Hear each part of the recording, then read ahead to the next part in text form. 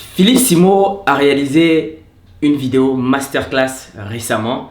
Je pense que beaucoup d'entre vous avaient raté la vidéo. Et dans cette vidéo, Philippe parlait des compétences à avoir en 2025. Avant d'atteindre 2025, est-ce que vous avez eu ces compétences-là déjà en 2024 ou bien avant? Ces compétences sont les suivantes. La première compétence dont il a parlé pour upgrader, pour changer son style de vie, c'est la compétence technique, qu'on appelle encore communément hard skills. Les hard skills, ce sont toutes les compétences techniques que nous allons apprendre de par notre formation, de par notre éducation, mais aussi de par tous les entraînements et les formations que nous avons eu à faire, soit gratuitement ou que nous nous sommes donné le moyen pour pouvoir les financer, soit par nous-mêmes, soit par une institution.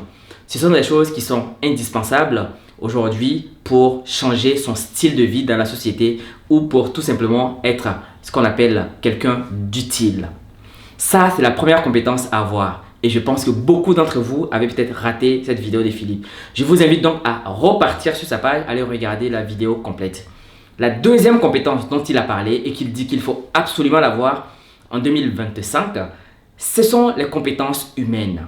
Vous savez, les compétences humaines, ça a l'air simple, mais beaucoup de personnes n'ont pas cette qualité de vie humaine. Je vous ai dit une fois dans ma vidéo que lorsque mon premier chef m'embauchait, il m'a dit « Cheikh, je ne t'embauche pas pour les compétences techniques parce que tu ne les as pas. » Oui, c'est ce que mon chef m'a dit clairement. Tu n'as pas les compétences techniques qu'il faut. Je t'embauche pour ta qualité humaine. Je n'ai pas compris. Jusqu'à 6 mois après mon embauche, j'ai commencé à comprendre pourquoi est-ce qu'il m'avait dit qu'il m'embauche pour mes qualités humaines. Et ça, c'est la triste réalité. Beaucoup de personnes ne sont pas embauchées parce qu'ils sont bons techniquement, mais parce qu'ils sont bons humainement.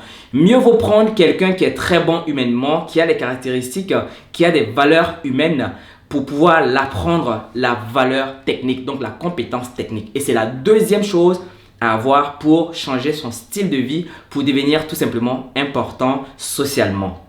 Et pour finir, Philippe a parlé d'une super compétence à avoir à laquelle moi-même je n'avais jamais pensé parce que je le fais naturellement avec mon entourage, de par mon ouverture d'esprit, de par le fait que j'aime le relationnel, de par le fait que j'aime réseauter. C'est la compétence et la force de pouvoir avoir du réseau. Il y a des personnes, depuis le début de l'année jusqu'à la fin de cette année, ils n'ont pas eu un nouveau contact dans leur téléphone.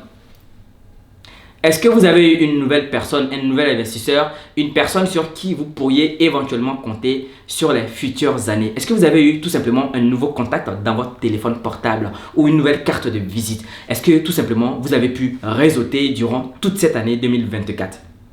C'est la dernière compétence qu'il faut avoir. Et je suis totalement en phase avec ce que Philippe a dit. Parce que malheureusement, au-delà des deux autres compétences, c'est-à-dire technique et humaine, cette compétence de se former un réseau est hyper importante.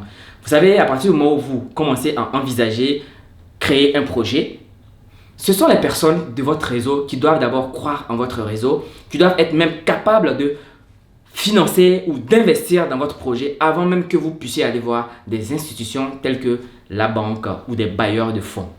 Alors, il faut avoir ces compétences-là. Alors, pour résumer la vidéo, pour ne pas être trop long, parce que ce n'est pas le but, le but n'est pas de réexpliquer la vidéo de Philippe, mais c'était tellement important que je puisse aussi en parler à mon auditoire, que j'ai repris quand même les grandes idées qu'il faut avoir en 2025, si vous ne l'avez pas encore, évidemment. Et même si vous l'avez, il faut travailler encore plus pour élever le niveau social. Donc, la première chose, c'est d'avoir la compétence technique, qu'on appelle communément hard skills. La deuxième chose, c'est d'avoir la compétence humaine qu'on appelle les soft skills. Et la troisième chose, c'est la compétence relationnelle qu'il faut avoir pour boucler. J'espère que vous avez apprécié la vidéo. Et si vous aimez ce que je fais, n'hésitez pas à liker, à vous abonner et surtout à partager cette vidéo-là avec au moins une personne de votre entourage avant qu'on ne rentre dans l'année 2025. D'ici là, prenez soin de vous et de vos proches et surtout, développez votre réseau. À très bientôt. Au revoir.